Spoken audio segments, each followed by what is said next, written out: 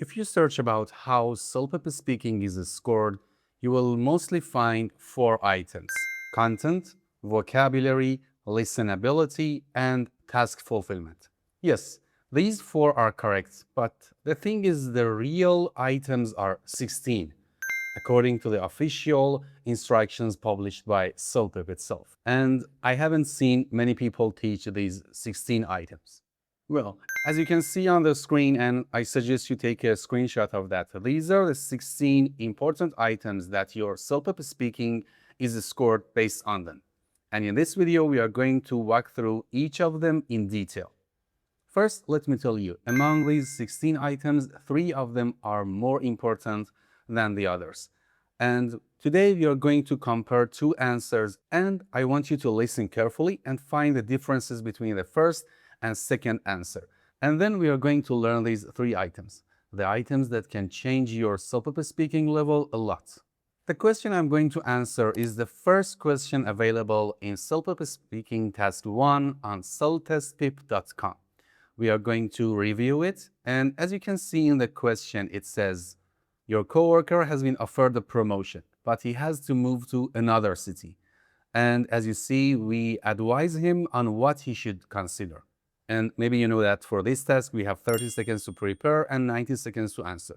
We're not going to cover how you should answer this task. I have another video about how to answer CELPIP Speaking Task 1. I will put the link in the description, and here I suggest you watch it. But for this video, we're going to only listen to 2 different answers to this question. Now listen to the first answer. Okay, so my friend, I think this is a good opportunity for you, and you should think about a few things before you say yes. First, you should think about the money, because the new job pays more, but the other city can be expensive, so you should check that carefully.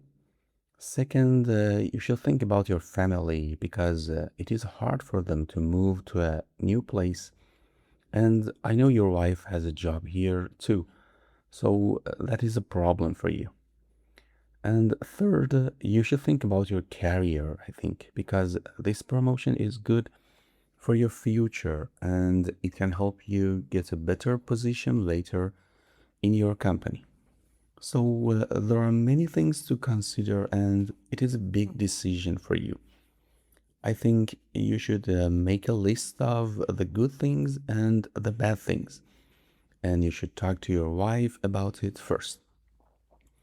If the money is good and your family is happy, you should take it. But if your family is not happy, maybe you should stay here. It is really up to you in the end. So think about it carefully and take your time. Good luck with your decision and let me know what you decide. Okay, same question again, but second answer is going to be different again in 90 seconds. Okay, so before you give them an answer, there are 3 things I would consider and think about carefully. The first one is the actual math, or I can say financial considerations. Because a raise only is good if it can help you for the expenses of the move. For example, if the rent in the new city is $600 higher than what you pay now, that 10% increase is gone before you start. So ask HR whether they pay for the move and get the rent costs before you get excited about the salary. The second one is the part many people skip, which is asking what happens if it does not work out. Is there a way back to your current team, or is this a one-way door? If your manager believes in this role, he will answer that honestly. And let me tell you something, if they will not give you a straight answer, it tells you something. And the third one is Sarah, your wife, because she would be leaving her clients here, and a decision like this falls apart if you want to do it yourself alone. So talk to her before you talk to anyone else. I can say once you have those 3 answers written down in front of you, your choice, usually makes itself. And honestly, whichever goes, you will have made it for reasons you can handle. Well, as you saw, the second one was cut off in the middle. But believe me, this cutoff is not going to cost that much. Let's first find these three items and the difference between the answer 1 and answer 2. Before that, let's review the 16 items as they are published on the official website of the publisher of the CELPIP. The first one is content and coherence. What does it mean? It means our ideas and how they connect. Number of ideas, quality of ideas, organization of ideas, and examples and supporting details. The second one is vocabulary, or I can say word choice, suitable use of words, range of words, and precision and accuracy.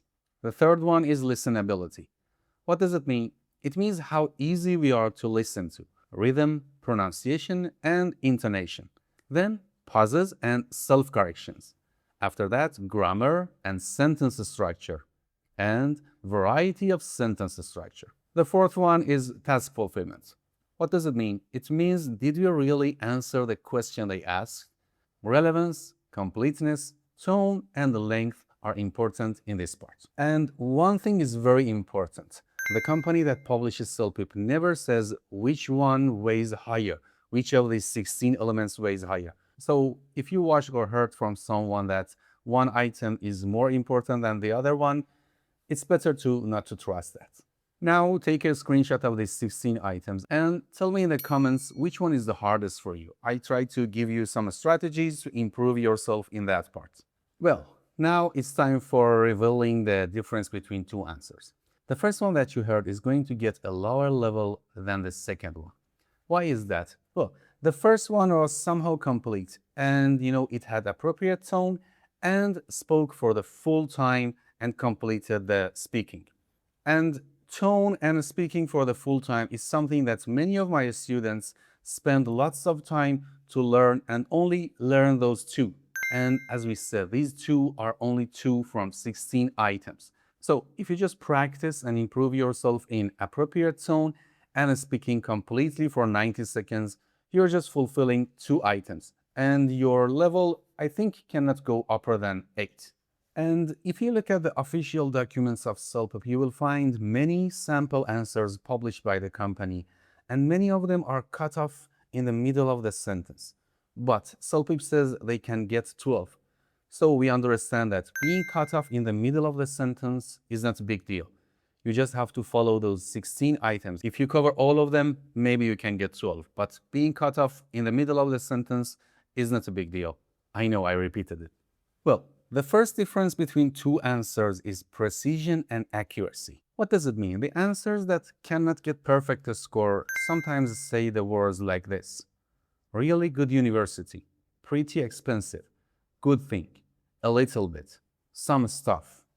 But the one that we know can get perfect scores are more precise. Look at them.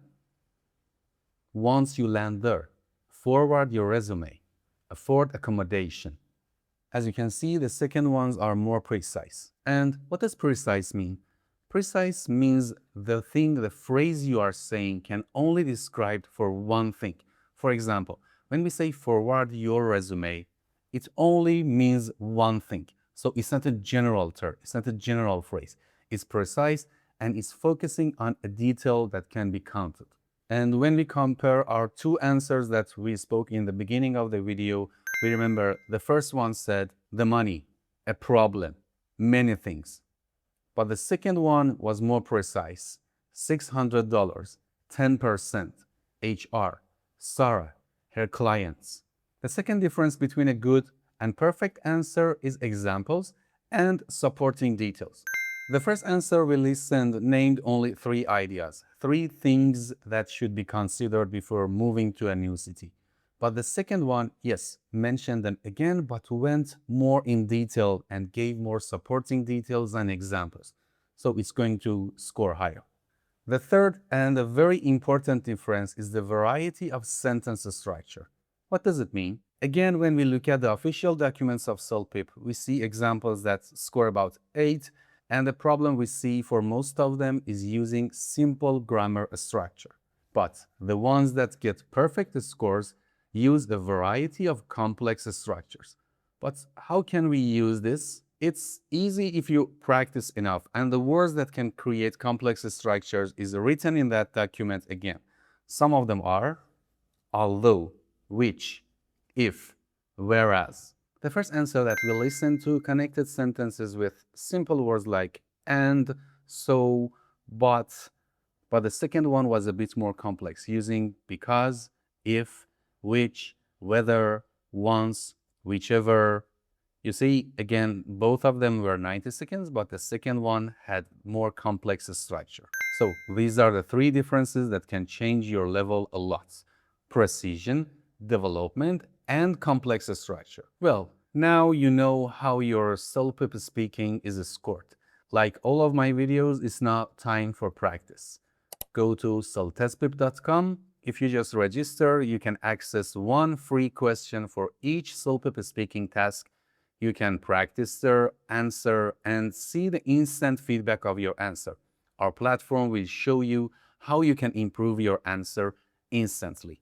If you upgrade your account, you will find access to many questions for speaking and writing, listening, and reading. Well, this video is part of our free CELPIP speaking course on CELTESTPIP.